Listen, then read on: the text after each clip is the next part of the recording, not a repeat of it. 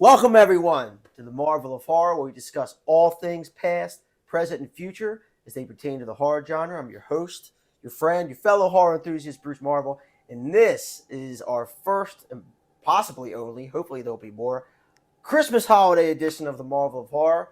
And we are going to be focusing on the 1974 beginning of the slasher, first slasher, Black Christmas, a classic. Coming back, Clint. Welcome back to the show, my man. Hey, everybody. How are you? Thank you for doing this. Pleasure. Short notice. Nah, I'm good. Always ready and willing to talk horror. So, funny story. Mm-hmm. We kind of touched on Black Christmas when you were the second guest. Yeah. And I kind of took it as like, you know a lot about Black Christmas. I thought you were like a huge fan of the movie. I think there's. Well, when I did research for Halloween, when you do research for, any kind of movie, just to make sure that you've got all your facts straight, it leads you down a little rabbit hole. And Black Christmas was mentioned a lot, so they talked about similar themes and motifs. So I wanted to, do a little research into that, and yeah. Well, like I said, it's not a bad movie. I just and it's certainly an early credit to the the slasher, what we know as the slasher film today. So a lot of people always say like Black Christmas is like the first slasher, but then a lot of people say like, what is it, the Bava film, Bay of Blood, I think it's called. Some kind of consider that the first slasher. Well, I want to say, is that the one that's really short or the one that's really long? I get that one confused with another one. I want to say it's not I don't know the exact runtime, but I want to say that movie's kind of like a shorter runtime. Oh, okay. I think it's like an hour and 15 or something like that. And Bay of Blood's like, it's not the best Bava film. But it's a cool movie. And I think it's another one of those movies that like, it came out in like a couple different names, like Bay of Blood might not be the one everyone like knows it by. Speaking of the topic, Black Christmas was released under two different titles also. Yeah, and we're going to get into that before they settled on Black Christmas. We're going to get into that. That was so like I watched Black Christmas. I've seen it many times, but I watched it to kind of like get reacquainted so we could do this episode. But what was the first time you saw Black Christmas, if you can remember? I can't, but it's not. Perhaps the reason why I'm not such a fan of it is because I want to say the first time I saw it was only within the past 10 to 15 years. So it's not one that I grew up with. So that could have something to do with why I think it's I can't. It does deserve praise. It's just a. So me and you were kind of. It's not a top 20. It's not a top 10 for me. Yeah, no, not for me either. We're kind of in the same boat in that regard. Like, so Black Christmas, I've always been like a horror fan, but I really didn't start getting really like deep into like my horror fandom until I had a job.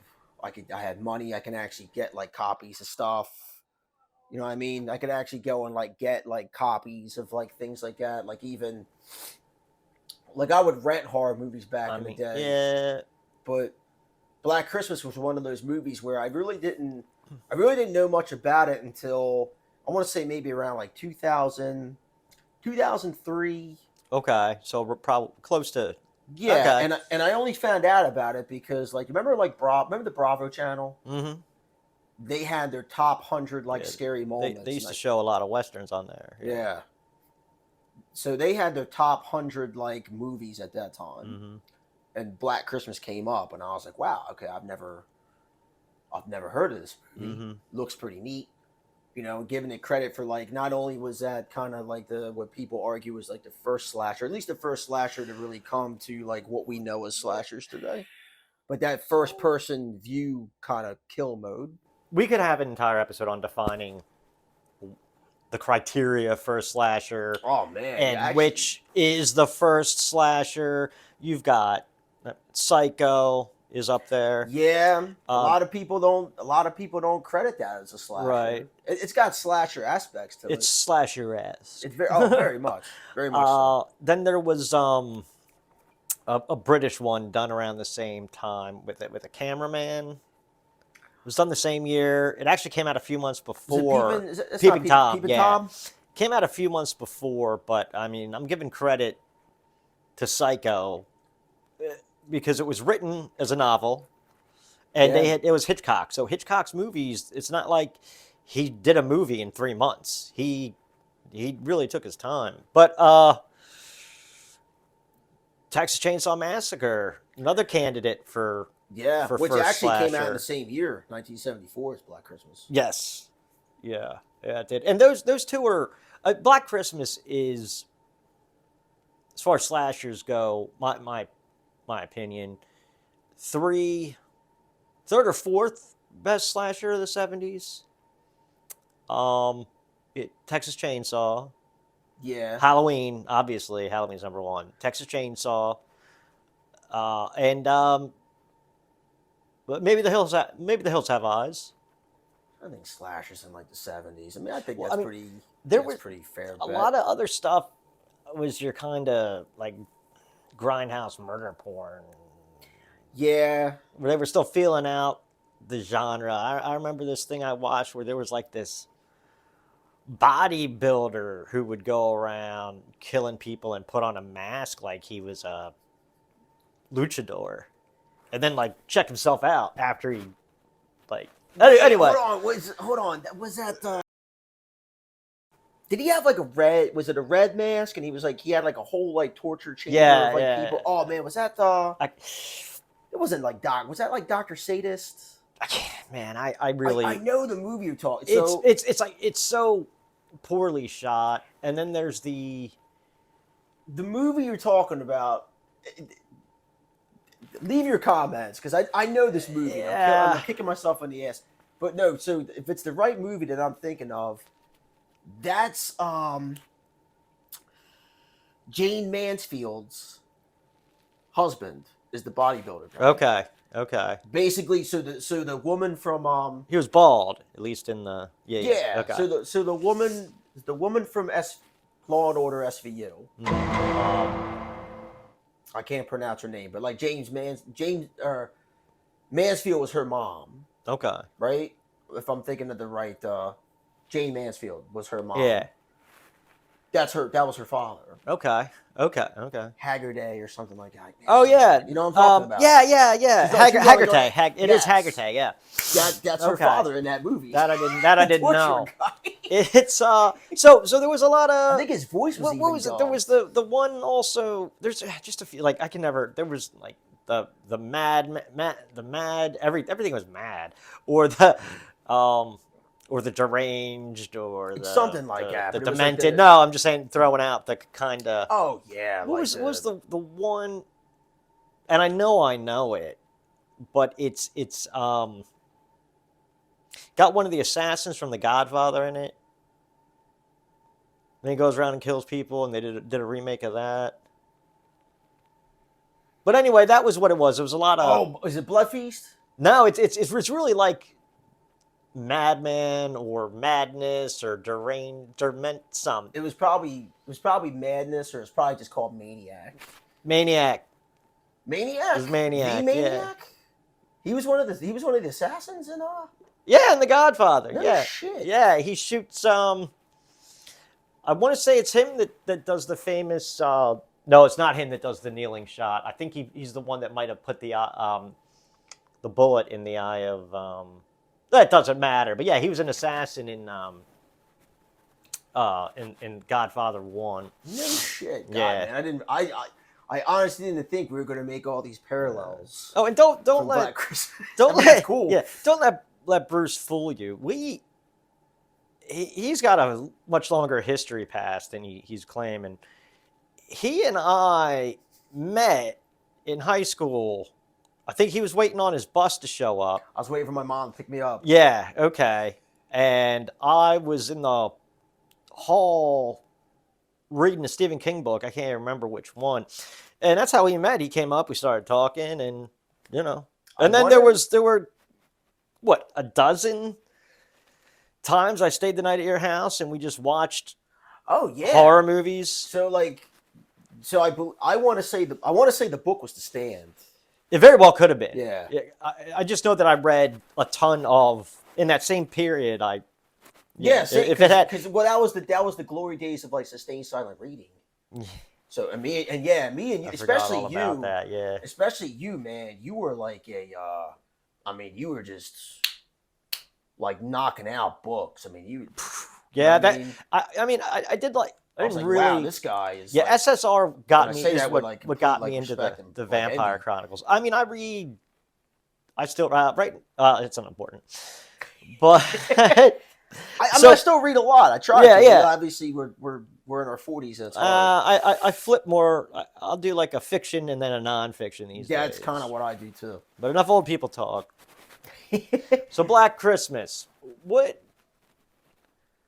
elements did you like or think were original that sort of have permeated through other slasher movies? So Black Christmas, like I said, 1974 film, and like I said, watching this movie for the 10th or 20th time, because now it's one of those movies where I'll probably watch like every other. I won't watch it every Christmas. I'll watch it like every 3. Yeah, I watch it.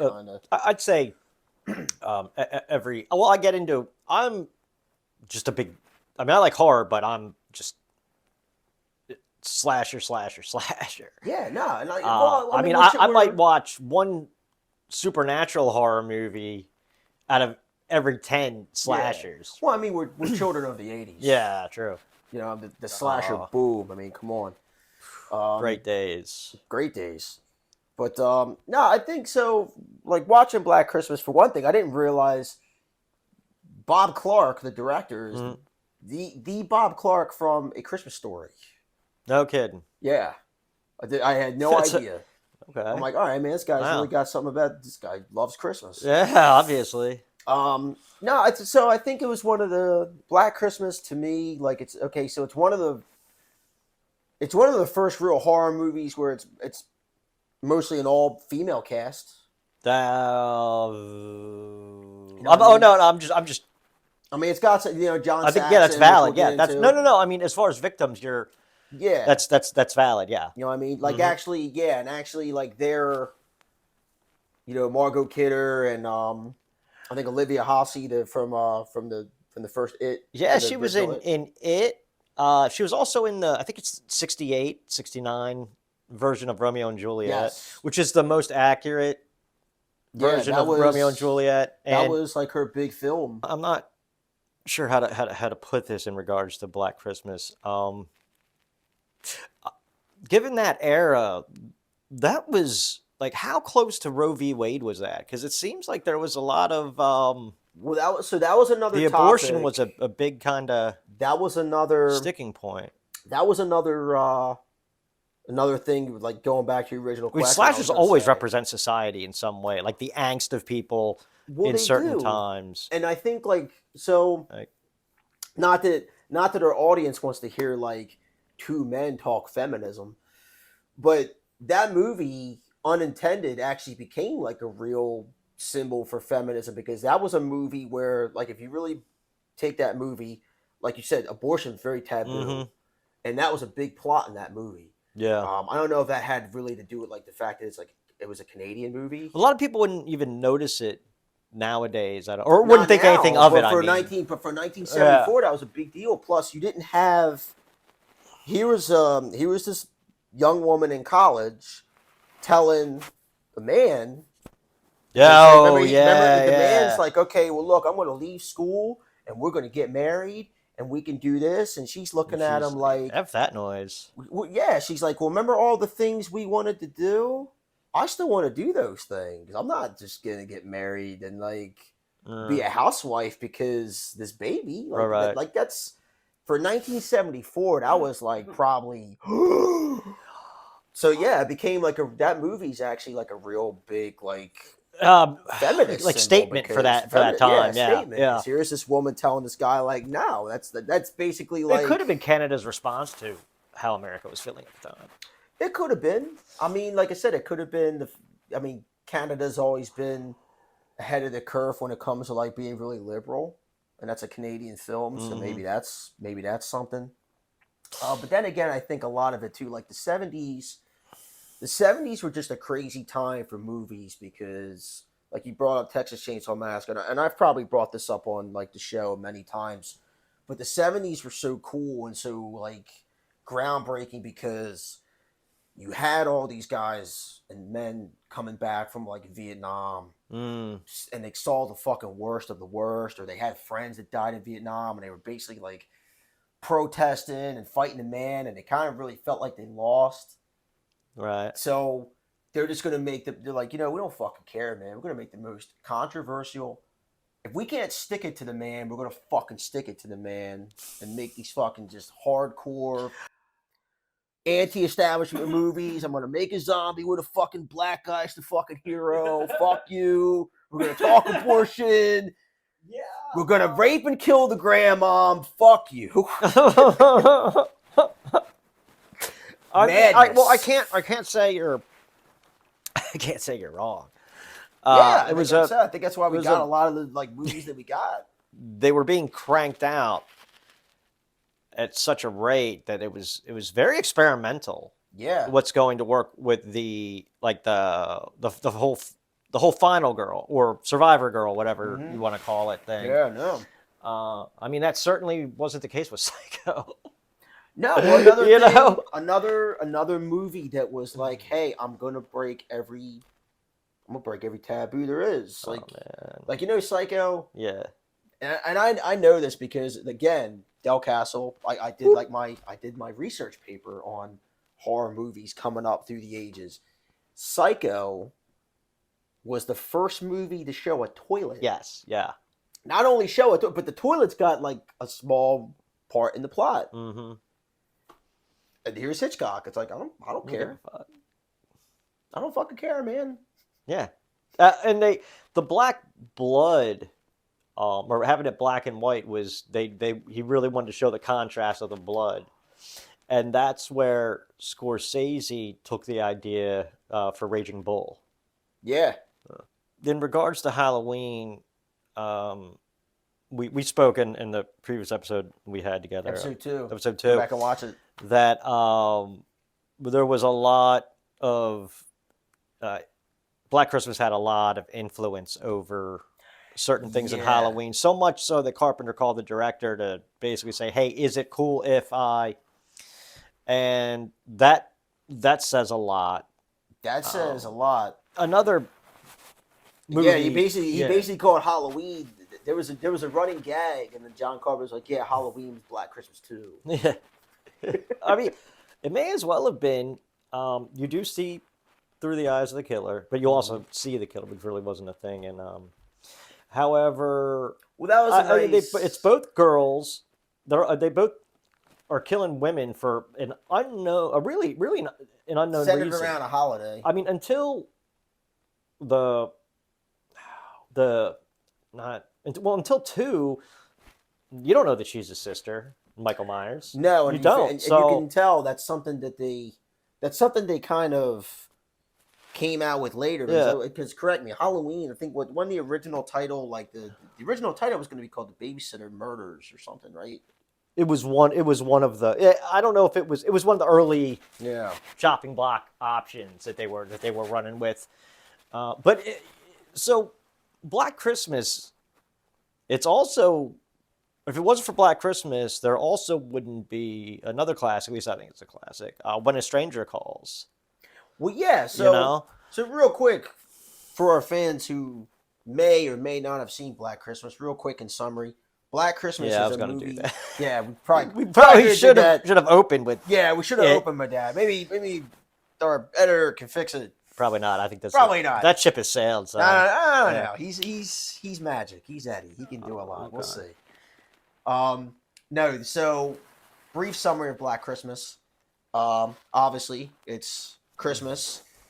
People are going away. It's a sorority house, an all-girl sorority house, and there is a killer who we only know him as Billy. Actually, was the name Billy ever even mentioned? I don't recall it. I mean, Well, I think he says when he's making the obscene phone calls, he's like yelling Billy. Okay. He's yelling. Okay. Like he's saying that name. That's where like it's All right. so it's credited as like Billy's the killer, even though you never really know who the killer is. There's a killer inside. You don't know why he picked that place. You don't know why he picked that place. He sneaks into this sorority house and he's picking the women off, and while making phone calls, Right. and like I said, but by From the the end house, from in the the house, attic. and by the end of the movie, like the calls are coming from inside the house. It's like and it's based off a very long running urban myth. Yeah. About the guy, the babysitter. Yeah, the hider guy, in the house. the guy hiding in the house making the calls. And you realize he's been in the act the whole time, and he's like calling the babysitter saying, "Have you checked the children?" Like threatening her. You remember I'm sorry, not to say The Boy, the movie The Boy? Yes. God, that is actually based off a true story. No shit, really? Yeah, it's about a guy, and he's still in jail, thank God. But yeah, he was like his dad was kind of an abusive asshole, and these girls moved in across the street, and he knew his way around the house and actually hid behind like the walls and knew where everything was. So much so that he would talk to them. The girl's mother had just died, and they were using a Ouija board, and he was tend to answer. Yeah, and then he tried to date one of them. And what, gave himself away? No, I can't remember what happened. I think he tried to kidnap one. The kid's father never believed him, but he's in jail now. Oh, still. Wow. And he's got these crazy dead eyes. I really need to look that up I want to look that up too. I wonder if like there's it's a real. I wonder if that's where they got the idea. Eventually, like I think it got to the point where his hygiene was so bad they could just smell him. Oh God. But no, so that's like kind of the premise of Black Christmas, and like I said, you never really. Spoiler alerts, everyone. They throw a swerve in there, but you never really truly find out who the killer is. You never know why he's doing it. That's very of the original Halloween. You never know why. Like that was the scary thing about Michael Myers. No motive. Yeah. Before the whole franchise thing happened, if you just watch that movie by itself, there's no motive. Why he picked this? Why he did that? That's part of the appeal. I think you and I discussed this just before the shoot. That I think there were real no jump scares. Not that was it wasn't necessarily a prominent thing back in the 70s though, but I also think it lacked a like some movies. I think that's a movie that should have had a score. Yeah, so that is one thing. Like Texas Chainsaw doesn't. It's not one of those. You need one because you got people running around. But you still have but in Texas Chainsaw Massacre, you still have like. I don't want to say it's a score, but like there's iconic sounds at certain scenes that enhance the scene. Right. Never lose it. Like you could when you hear that, right off the bat. Fair. You know what I mean? Like a calling card. Nothing. Black Christmas, you're right. There really is. Besides, like the caroling scene and the actual phone ringing. There's nothing that. Well, my grandfather always told me that the scariest part of a movie was the music because it leads up to the. It can set the tone, and that's that's one of the many things. Like, it's a big thing with like so in the silent era. It was the music, even in the old black and whites, because they really didn't have a whole lot to compensate for with blood and It's funny. It's funny. So like the Universal movies, like the first couple, they're an acquired taste. Not a lot of people I don't know a lot of people my age who like love those movies. Yeah. That's all my grandfather watched, so naturally I watched it with him. Yeah, and that's my dad, my mom and dad loved them because their grandparents or their parents, my grandparents loved them too. But it was like when you go back and watch like besides Swan Lake and the opening credits of Dracula, there's no music. Same with Frankenstein, and it's like when you go back and you watch it, it's like you can't like I've watched those films with people, and you kind of like you watch their face, and it's like they can't put their finger on it, but it's like, oh yeah, there's no music. Like you're not used to watching a film where there's like no music at all besides like the dialogue and the sound effects. Yeah, and like I said, it had to be that way though during like with Nosferatu. Oh yeah, yeah. Well, it's funny. Like I said, it's funny now because one of my main like gripes with like modern day cinema, the scores usually aren't that good, or they got the one guy who is good doing all of like the music. Yeah, like, hey man, they just don't. Who's the guy Christopher Nolan uses? Give me him. There's no standards. No, there's not. Or like there's just always just like the era of like composers is just like kind of, it's gone. Kind of gone. At least it feels like it's gone. I mean, really cool about Black Christmas is how this guy is just able to kill a girl with other people in the house and people not even knowing she's dead for hours. Yeah, like and the incompetency of the police force is also pretty accurate. Yeah, they make that like so what was it, Sergeant Nash, I think. Yeah. They the Fellatio Boulevard. They established very quickly he's like a bumbling idiot, and they're not taking things as serious as they should right from the get-go, because like I said, Black Christmas, right. Like the little girl who they find the girl murdered in the park, and they kind of insinuate that the killer in the house did that killing too. I mean, it's implied. Well, I mean, it's kind of in the way that in the book The Exorcist, it's mentioned that it happened, but in the movie The Exorcist, you're not sure who's defacing the church. Yeah. I mean, could it be Regan, or could it be supernatural forces or is there something else in the area that's involved in this darkness? But in the book, it clearly states. In the book, they touch more on it. And apparently, there's a novelization of Black Christmas that touches more on There is. I was meaning to pick it up. One of these days. I may have to, actually. Yeah, I guess wow, I heard that. I've told you about that, right? Mm-hmm. Yeah. An old kickboxing injury from my badass days. So Chuck Norris wasn't that tough. No, not that tough. But it's also, I think it's really cool that so there's a final girl or survivor girl, but she doesn't kill the killer. No. But she still gets away with murder. Yeah. She ends up killing her boyfriend because she thinks he's the killer, or just comes at her. Spoilers. She kills him, and she's all like catatonic when the police show up, and the police just assume that he was the killer. And then at the end, though, you can hear Billy like speaking. Well, they cut to that scene where he's like, because they never check the attic. No. Like all this time, it's like, oh man, we got him. Yeah. Or she got him. Yeah. Paperwork and the night's done. Come on, guys. And the dad of the girl who was murdered in the very beginning. He was weird. Yeah, he doesn't look like... He was like a real... Well, he was supposed... He was supposed to be a counterbalance for the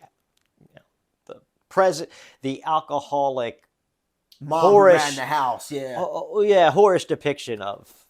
Yeah, because I mean, like she acted. She is kind of presented. She acted stuck up. She's kind of presented as like a madam. Yeah, she acted like stuck up when the guy would like rebuff her and things, but you could tell she kind of. Yeah. You know what I mean? She almost comes off. Yeah. She almost comes off as basically like wants a to. madam. Yeah. It's like kind of it's kind of strange. It is. I met Margot Kidder. No, I once. didn't. Yeah, I was at a She's pretty. Pittsburgh. I've heard mixed things, so I'm not gonna go there with her I want because to I don't know the say, truth, so I don't want to speculate. well, all I can say is I met her in 2006 at a Pittsburgh con, and she was very nice. She's a very nice lady. Very, very welcoming and friendly. I had my picture taken. I got it around here somewhere, but yeah, super nice lady. You know, that's all I can really say. But she was like, she did a really good job in that movie. Yeah, She got like a lot of. I'm She got a lot of surprised. acclaim for that. Yeah, I'm surprised with as far as we've gotten into this discussion that she hasn't come on yet. 'Cause she really did make the movie. She did. She really did. She was, the brash, loudmouth, didn't, care. Fuck you, cop. Fuck you, copper. Yeah. Fuck you, copper. Fuck the Yeah. fuck the man. Like even Like the we live one at Fellatio Boulevard. Like Yeah. you fucking shit. Like, well, even the one scene, it's like this. It's a. What she say? She says something. It's like there's it's a sorority house. not yeah, a he fucking says convent. something. She says something like, "You're just like kind of like your head like goes back when you're not expected it to come out of her when she's on the phone with Billy." Mm? Oh yeah, she's like fucking telling them like what's up. Like What she's saying is, I'm queen bitch. You better kill me. Pretty much. She's She basically came daring off- him. She doesn't yeah. care. Well, you could tell she was like she was the most like American woman. yeah, basically had the most like kind of like American fuck you kind of like the rebellion of the 70s or the rebellion of the 60s. Yeah. No, she was very good in that. Oh, she was great. Like I Very, said, she very was one of good. the best. She was one of the best parts of the movie. We're going to get into it's Saxon. funny going You gotta into my go, man John Saxon. I gotta go Saxon. Real quick though, like how we talk about the woman who's like the lady, the mother of the house or whatever. Oh. She's like kind of presented as a madam. Well, the one line she got in the movie, she's like, yeah, she says something like it's these girls are so horny they'd climb the top of like the Tower of Pisa and Oh, or something yeah, like that. yeah. She says something like really like damn. Right. What's your problem? She's an alky, man. Yeah, oh yeah, big time. John Saxon. John Saxon. I'm a huge fan of John Saxon. John Saxon's great, man. I've liked a lot of his stuff. He had the right height and the right looks. He's Italian, by the way, 100%. John Saxon's not his real name. It's like Giuseppe something, I want to say. I'm probably wrong on that. It's probably not Giuseppe, but it's not John Saxon. And I don't understand how he never became a leading man.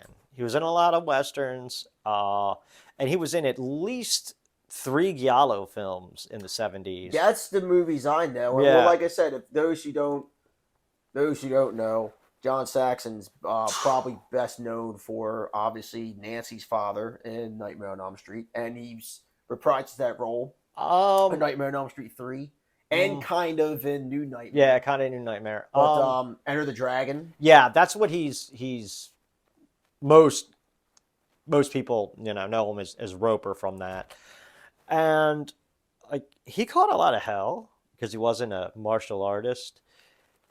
He said he's not very good, but he had a black belt in Shotokan and judo. So he actually was legit. I don't know if he got those after, if his interest in martial arts came from Enter the Dragon or before. Well, I mean, it's just like and he trained under Bruce Lee. Had to know something. He had to know something. Well, So he had to know some kung fu even, which is not a branch of karate or judo. Well, it's just like that's just like my man Al Bundy. Ed O'Neill. A lot of people probably don't know. He's a very accomplished. He's a black belt in Brazilian Jiu-Jitsu, Gracie Jiu-Jitsu. So yeah, there's so many different types of Brazilian Jiu-Jitsu. The Gracies really did, make it their own, start it. So the lineage is important in any kind of martial art.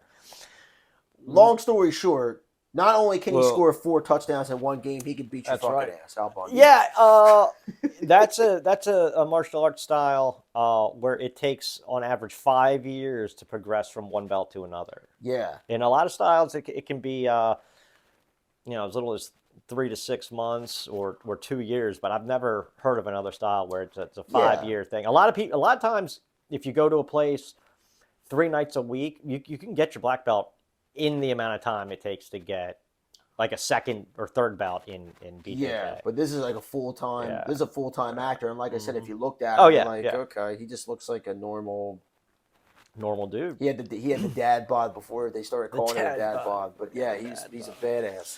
But And like Saxon was kind of this like built the same, you know. Saxon, like I said, I don't understand how he never became a leading man.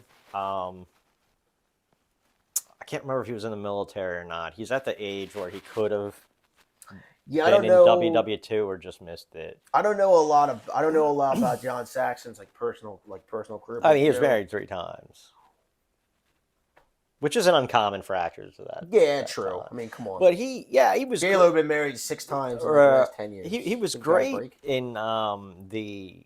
It's just funny that he's always a lawman in the horror movies. He's always a lawman. He's always in horror movies. He's always a lawman. So what is it? Black Christmas, he's a cop. Nightmare on Elm Street. Yeah, he's a cop. At a minimum, in the third one, he's himself, so he was a guy playing a cop. Yeah. But then remember, things get real convoluted where they're not sure, like what's reality anymore in New Nightmare. I think that's the one. Yeah. So then he is kind of a cop. So he basically becomes like the character who's a cop. Right. And then from dusk till dawn, he's in it for like 5 seconds. He's a cop. And like I said, at least I'm pretty sure. No, I think it was a private detective in one of the Giallo things. One of those movies. I think it was a PI, but still cop. Not much different. Yeah. Might as well be a cop. Yeah, exactly. Played it like a cop. Right. Yeah. Yeah. But now he was a bona fide badass, just to set the record straight. He wasn't just some. They didn't pick him just because they wanted a white guy. Yeah, they did need one though. John Saxon is awesome. A couple funny things about Black Christmas, right? You mentioned it pre-shoot, but Black Christmas, when it came to America, it's not called Black Christmas. It was called Silent Night, Evil Night, I believe. Something like that. Something like that. It also had another name for depending on the country also. Well, but it did double its in the Canadian box office. It doubled the cost to make the film. I think so. I think it was something. I think it cost roughly. I want to say like $266 or $286,000. Like so. Basically, if you translated that to like today, it would have been like over $3 million. Yeah. Right. That's roughly. That's like the thing, and like I believe it. Like you said, it didn't make as much in America because it opened Christmas week, and I'm pretty sure it opened against The Man with the Golden Gun and The Godfather 2. Oh, so a lot of people are not going to see Black Christmas. Yeah, those two films, like you know what I mean. The Godfather 2 is like one of the people consider one of the greatest movies ever made. The only other movie better is the first Godfather. I'm 100% with you on that. Yeah, it is. But it did very well in Canada. But no, so when they changed the name in America because, like I said, this is 1974. They thought the audience was going to like kind of think of it as like a blaxploitation film. Yeah. So they called it Silent Night, Evil Night. And then when it finally aired, so another crazy thing I learned. But they could have just called it Dark. No, I mean, yeah, they just could have just called it Dark Knight. I mean, it wasn't a big. It's not like there was a big Batman craze back then. Yeah. Well, I don't know. That's what they said. Like. I guess that Silent Night, you automatically think of like that Carol. Or yeah. So crazy story, right? Mm. Learning more about Black Christmas when it finally aired on TV in 1978. That's when it was called like "There's a Man in the House" or "There's a Stranger in the House" or something like that, which doesn't sound a lot better. No, and it totally gives everything. I mean, it gives away the whole thing. Gives away the whole thing. But the guy's in the house, people. But funny enough. Watch it anyway. When that movie came out, or it was going to air on TV, 2 weeks prior, 2 women in Chicago were like dorm girls were brutally murdered, and it ended up being what the fuck's his name? Where was it? Bundy. Bundy killed. Ted Bundy. Yeah. Ted Bundy killed the Okay. 2 sorority. Like it ended up. They didn't know it was him at first, but he ended up killing the sorority girls. Okay. So when it was going to air on TV, people were like, "You can't air that. It's too close. It resembles too much of like what happened." So like, yeah. Oh yeah, because he did get into a yeah, sorority house, and it was 2 weeks. Right. Like so that happened like within 2 weeks of when that movie was going to air. I can't believe that he escaped from prison twice. Did he? Yeah. Yeah. Once it was right out a window. No shit. Yeah. So I don't know a lot about. He was his own attorney, so he was allowed like kind of special privileges. So they let him in this room to write an appeal or something, and right out the window. No shit. You know, it's funny because I watched. So no, you know what? I watched a movie on him, which is funny enough because Zac Efron played him, and Zac Efron's in that wrestling movie. Okay, yeah, he escapes and kills a bunch of chicks in a sorority. Like it basically killed as many people the night because he knew they were going to get him and that he'd never be able to do it again. So he just kind of went all in. Well, the murders where he bludgeoned the girls to death in Chicago is the one that this is relating to, and I don't know if they knew it was him at the time. Okay. So that happened within like 2 weeks of when this movie was going to air. So I guess I don't know if it was like NBC at the time. It was basically told like it's Florida and Chicago and affiliates. They were like, look, you don't have to air this movie if you don't want to, because this was going to be the first time anyone ever like. It came out in 1974. This was 1978. This was the first time it was actually going to be on TV, which meant back then that was like probably the first time a lot of people were going to see it. Oh yeah, yeah. And this was it was January, I believe. It was after Christmas. Because that makes sense. Right, yeah. They were like, hey, you don't have to air this movie if you don't want to. You can air, and I think it was like Doc Savage or something was like, here, you can show this movie if Flash you're Gordon. Saturday. Yeah. I mean, Flash Gordon was later, but yeah. You could show this movie as your Saturday night movie if you want to because of this, and this. But yeah, so its first original air date, a lot of people in a lot of cities probably didn't even get to see it. And it ties to it's got a Ted Bundy like kind of tie to it. Yeah, definitely. So I never knew that shit. Thought that was pretty. That is pretty tight. Yeah. Yeah. So, I got a little bit of history. Well, yeah. Okay, so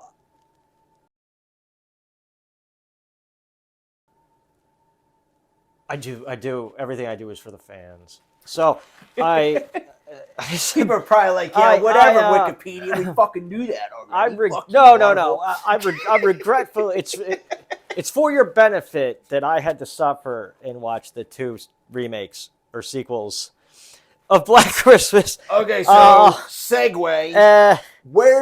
How do you feel about like you said, how do you feel about the sequels? And okay. I'm getting you not digging them. Have you seen Have you seen them?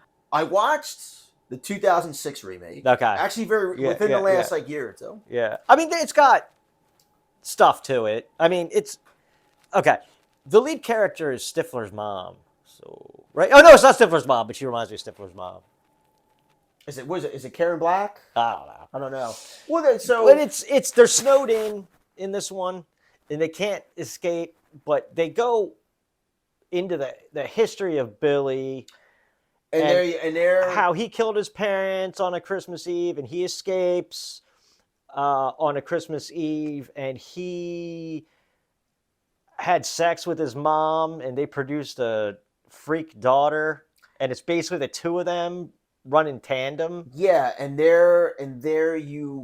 so 2006, like remember that there was like that time in 2000s where Hollywood was just on this like huge kick of remaking any fucking movie they could. I think in 10 years time they remade A House on Haunted Hill. They've remade 13 Ghosts. They remade House of Wax. They remade Black Christmas. Texas they remade Chainsaw. The Fog. They remade Texas Chainsaw. Halloween. They remade The Hills Have Eyes. Yeah. It was, and there's probably like 1,000 more. Ghost Ship.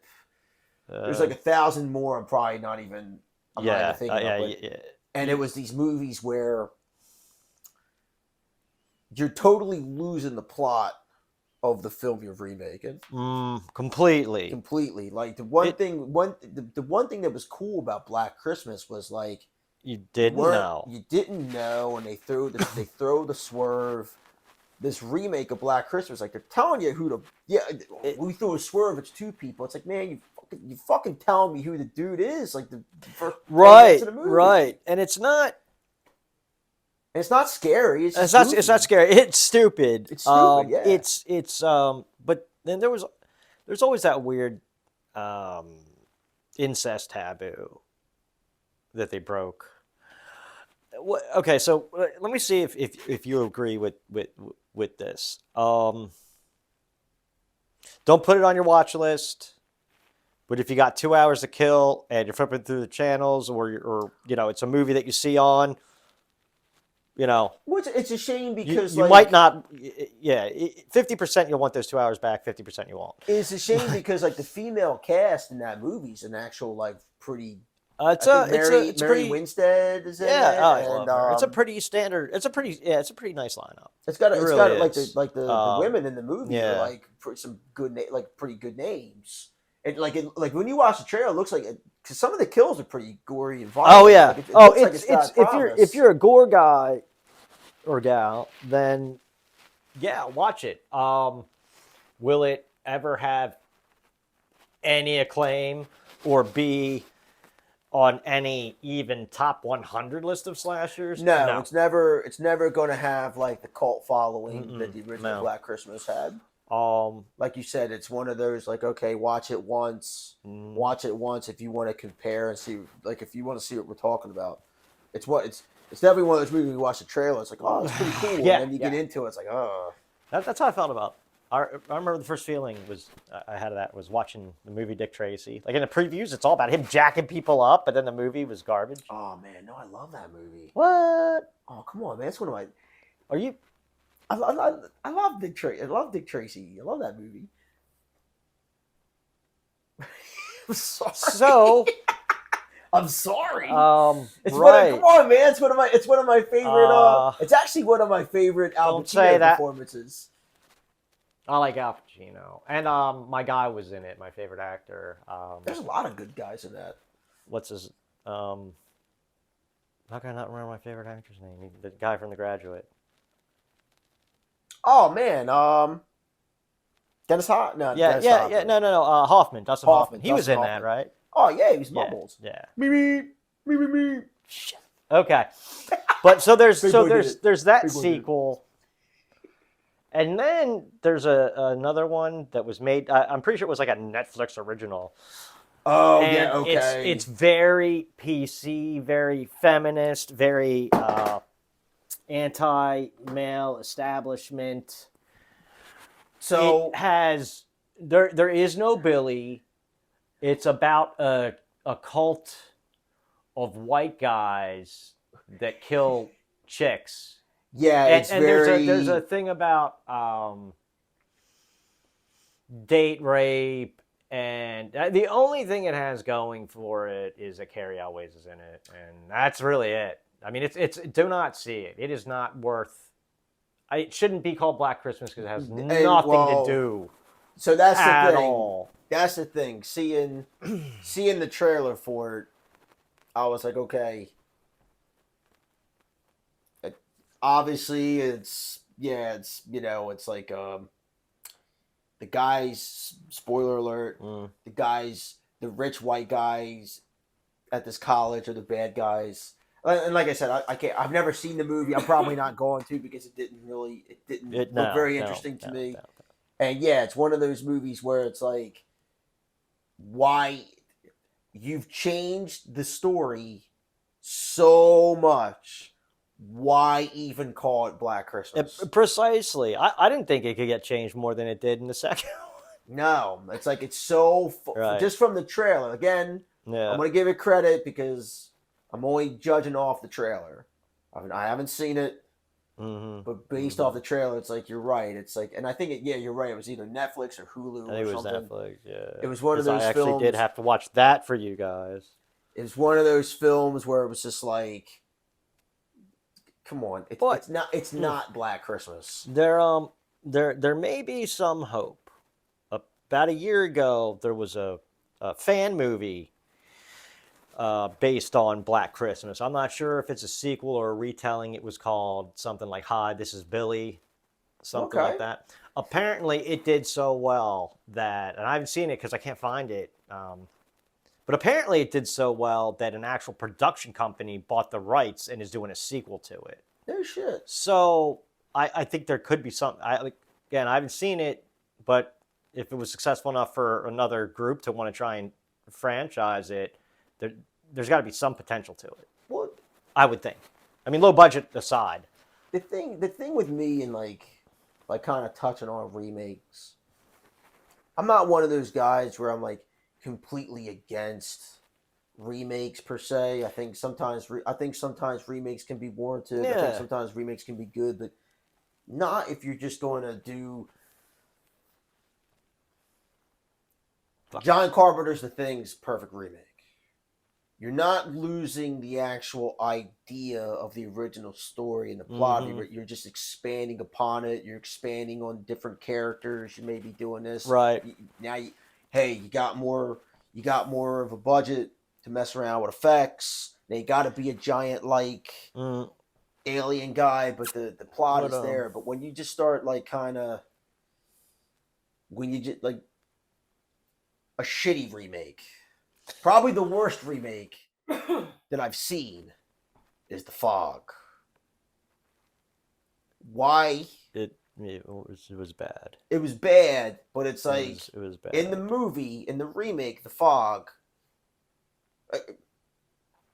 in the original The Fog, part of the reason why the ghosts come back with the fog is because the people on the island used the fog to kill these people. They turned the light off.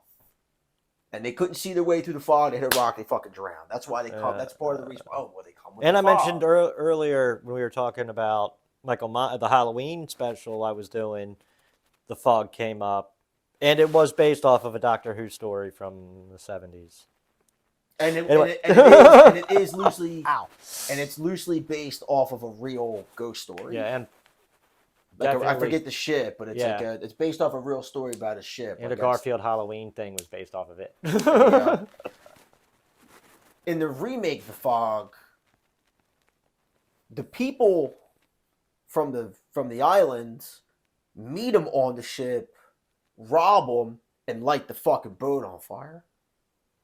There's there's nothing to do with the fog. So why did they come with the fog? Like the fog's not symbolic. There's stupid. Poor, like, I mean, the whole movie just sucks. What was but that? that's just That more was the reason. that was early 2000s. I want to again? say it was like mid 2000s. Mid It was around 2000s. that They time. were all everything that was done that way was done in the with the same kind of acting that was done in like I Know What You Did Last Summer, Scream. I'm not saying those are bad movies. The first, No, the first. But the there first was I Know What always You Did that- Last Summer was that- actually decent. yeah, Decent, I there think. was always that same kind of feel. Yeah, they were like they Yeah. were definitely even some of the the remake of Was House. Superman was in that, right? Smallville Superman was he in the fog too? Yes. Yeah, okay. The remake of House on Haunted Hill and 13 Ghosts and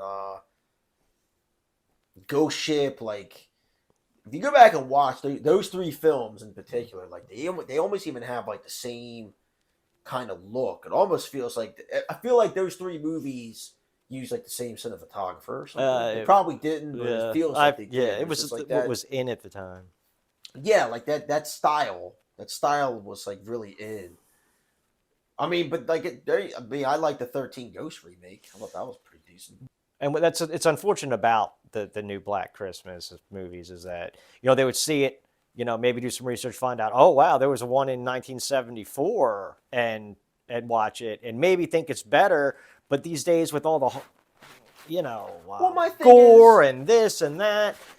Well, my thing is too, if you want to make your movie, which is your statement about culture, right? You're like, do it. Do it. Like, I don't have to watch it. Yeah. Do it. Great. But like I said, just call it something else. Yeah. I mean, you could. It's not. It's not. If it's not. I mean, if you want to modernize something like, say, Psycho, and it's the same movie, but they use cell phones instead of like an old timey. Well, old time, but that was a shit sequel or remake too. Yeah. Yes, it was. Yes, it was. That was me and Leela's first date. No. Yeah. Wow. I think we talked about that. I forget what episode we talked about it, but yeah, but me and my buddy Donnie. He's episode 3. Go back and watch it. We talked about that, and I was laughing. I was like, yeah, look how far I've come in my marriage. I was able to survive. That yeah, man. I would have thought that'd be a jinx. Nah. Holy hell. Yeah. Well, good on you. Christmas horror movies.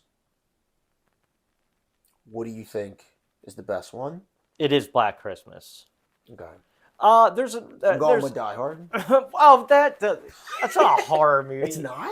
No, man. Best Christmas movie that's not an actual Christmas movie for me is Lethal Weapon, but that's a huge debate between Lethal Weapon and Die Hard that I'm not going to. I will. There is no debate about it. Die Hard is clearly Lethal Weapon is. Round 1.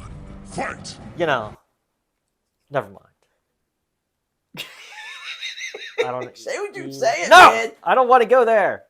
I don't want 35 years or however many years of friendship to be gone over goddamn Dick Tracy and Die Hard. So I'm just gonna. Oh sit my here. God! I can't believe I'm getting that much. I can't believe I'm getting that much flack for Dick Tracy. I'm just gonna sit here, keep my mouth shut. Man, but there was a really cool. There was a recent that Tyler turned me on to. Okay. My brother.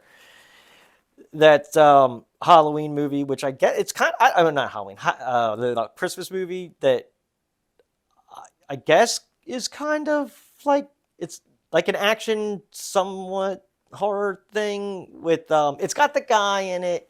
Violent Night. Yeah. So I saw the trailer for that movie, and I noticed he watched it for like his month of macabre. Probably, yeah.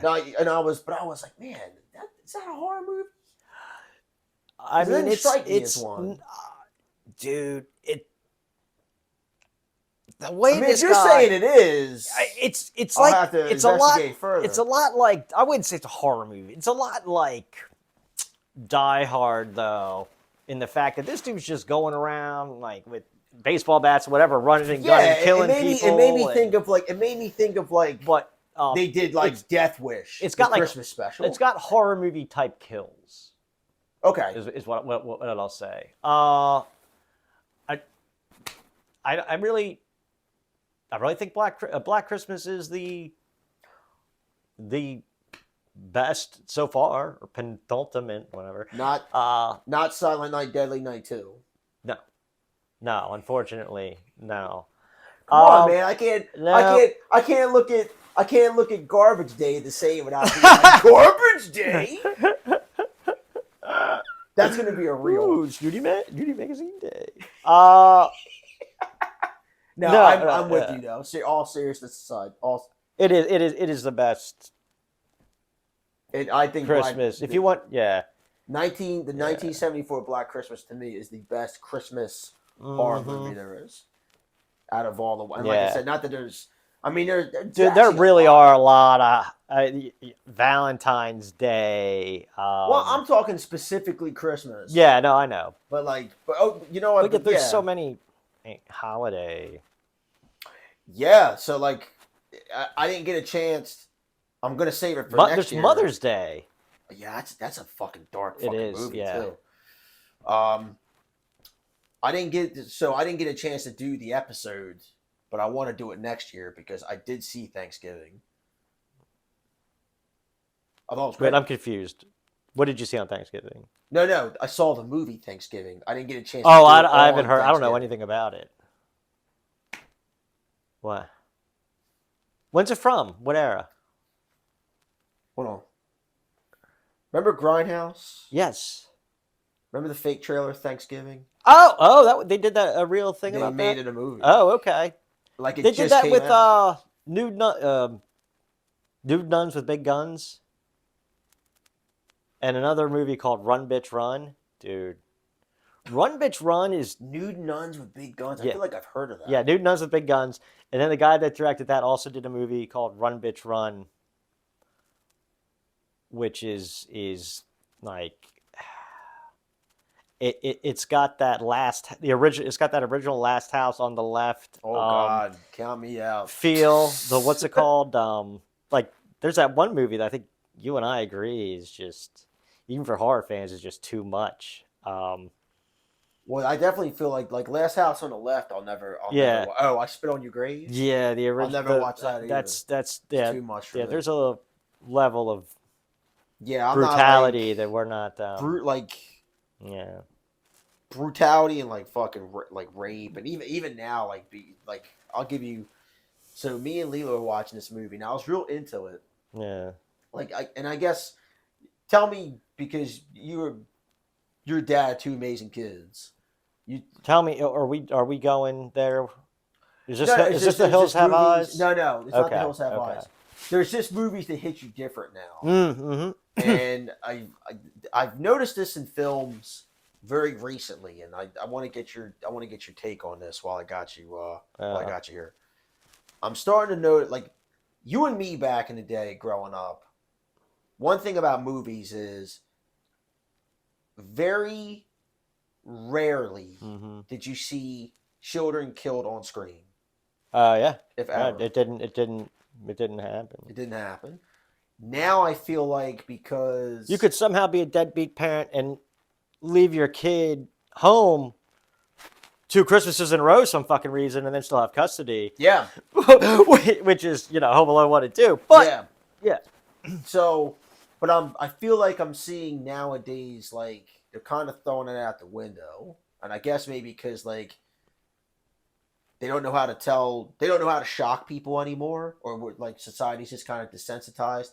So me and Lilo were watching this movie, and I had to turn it off, and it was called it's a newer movie. It's called When Evil Lurks. Okay. Right. I don't think I've seen it yet. I could have though. It's a foreign film, Yeah. and I want to say it's like Spanish, Okay.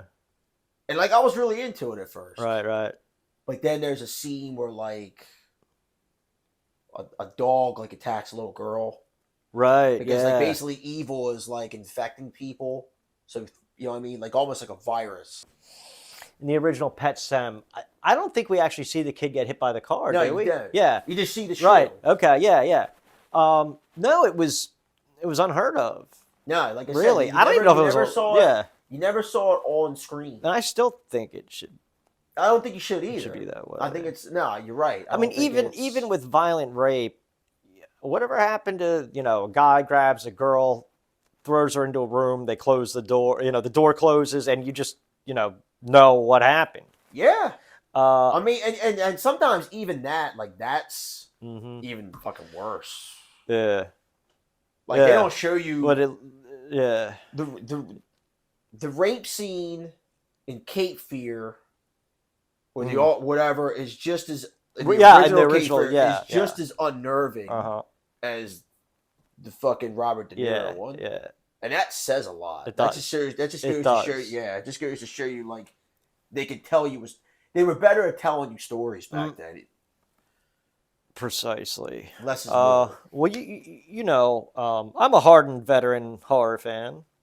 I'd like to think I get that. And when the remake of Hills Have Eyes came out, which is good. Oh, that was bad. It is a good movie though. Me and you saw that in the theater. I saw it in the theater. My daughter had just been born.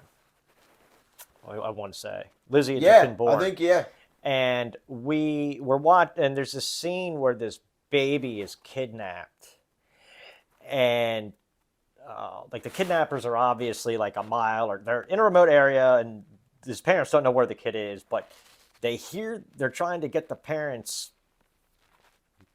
to come to them so they can kill him, and they lure them in by playing the sound of the baby over the walkie-talkie. So you just hear this baby crying, and for me it was like, oh my God, if that happened, and I heard that and I was powerless. Oh, didn't know we'd what fall to do. for it, hook, line, and sinker. Easy. I got out and left. I actually left the movie. I don't know if you remember. I left the No, theater. I do now. I left. Yeah, I left the theater. So The Hills Have Eyes, the remake, the Still a 2000 good movie. As far as remakes go, it was good. It was as far as like remakes go, it wasn't bad. But it's a tough movie to watch. Yeah. Because I'll never forget, that was one of the only. You know what we need? We need parental warnings for parents. Yeah. Like that was the first. So I want to say, gosh, that movie came out. I want to say that movie was like in the realm of like it was 2004 to 2006. My daughter was born in 06. So it had to have been like 07. Okay. Yeah. Or I want 08, to something. say that's one of the only. There's only 2 movies where I've ever seen people get up and walk out because they were like disgusted or disturbed. One of them was the girl with the dragon tattoo because the rape scene. Okay. I actually seen like you could just feel the just like uncomfortable. the audience, like, I can't believe what I'm watching. Isn't that so weird how a group of people You felt it. can like generate and feel the same Yeah. vibe, like it's a living thing? Yeah, I mean, it goes to show. I mean, one, it goes to show you just how great the actors and actresses, and how well. You wouldn't unfortunately, have how well that the scene was done. It wouldn't have that impact if how yeah. impactful the scene was. Yeah. And the other one was the remake of The Hills Have Eyes. Like, you weren't the only one getting up and. Oh, really? No, I thought I was. Remember, he's Okay. drinking. I mean, it's rape, but he's like drinking the breast milk. Oh yeah. Like, people were just getting up and walking out, and I'm like, I even kind of felt like I needed it. Like, I was like, I thought it was a bit. it's a bit much. It's a bit much, but that's not. I mean,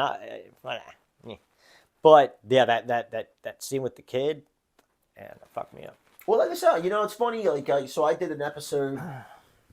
With my brother Jay recently, and that'll come out later. You did one with your other brother, I believe, too, right? No, I still want to do one. I want to do one with Eric. I'm hoping. Okay. I'm hoping Eric will come on and do ginger snaps. Come on, no. That's he'll know what I'm talking about, and I would love to do that episode with him. But we were talking about the original Poltergeist. Oh. And so I watched that movie. Probably the best haunted house movie ever made, Yeah. which says a lot. It says a lot. It says a lot. But I watched that movie in preparation for that episode, and the same thing. That was the first time I'd watched Poltergeist being a dad. Oh. And it hits on a completely different level.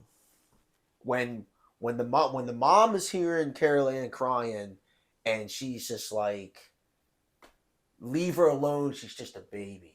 That whole sentence is just like, gives you like, yeah, like, I couldn't imagine if that was my child, and some force I couldn't. It's very it's like it's like, oh man, well, guess what, Bruce, this is like the rest of your fucking life, pal. Feeling powerless is the worst thing in the world.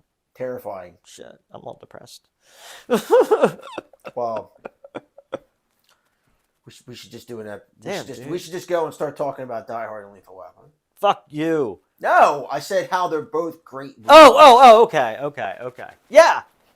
I thought it was a anyway, yeah. No, it wasn't a jab, sir. No. We live in a society, man. We have we respect each other's opinions. Democratic society. Lethal Weapon is just, it disappointed me as a child. Lethal Weapon. No, Dick Tracy. Dick Tracy. I thought it was like in the it was just the cool, like in the thing, it's like in the preview, it's like, it looked like 5 minutes of him just beating people up. And then it wasn't. And I was just. Well, I mean, they had that whole montage where he was beating dudes up and. Yeah. Anyway. Yeah, Lethal Weapon, awesome. Die Hard's good too. Don't get me wrong. I mean, Die Hard is awesome. I love Die Hard. I mean, It's a great premise. There's something about Martin Riggs, man. Oh no, The guy's like my hero. He's awesome. Lethal Weapon's fucking great, and Yeah. I mean, come on, man. Gary Busey's a fucking great bad guy. Oh my god, yeah. He's okay. If you think Lethal Weapon's better, yeah. it's cool. I can respect that. Even though I don't agree yeah, with it. Yeah. But who is better? Alan Rickman, Gary Busey, Hans Gruber, Rickman. Okay. That's yeah. Oh god, yeah, Rickman. And that's a wrap. And that's a wrap. Die Hard has a better villain. Right. Take it. However, if it had been Martin Riggs in that building, the movie would have been half as long. Touche. All right. And that about wraps it up for the first Christmas edition of the Marvel of Horror. I want to thank Clint for coming back. Really cool talks. Good to see you guys. Yes, sir. Follow us on the Marvel of Horror podcast at YouTube. Like, subscribe, leave your comments below. Reach out to us if there's a movie you haven't talked about yet that you want us to tackle. And follow us on Instagram, TikTok, all that stuff. And we'll see you next time. Merry Christmas. Happy holidays. And all right, take it easy. Get you on down the trail. I'm not gonna leave it. Edit that part out, please.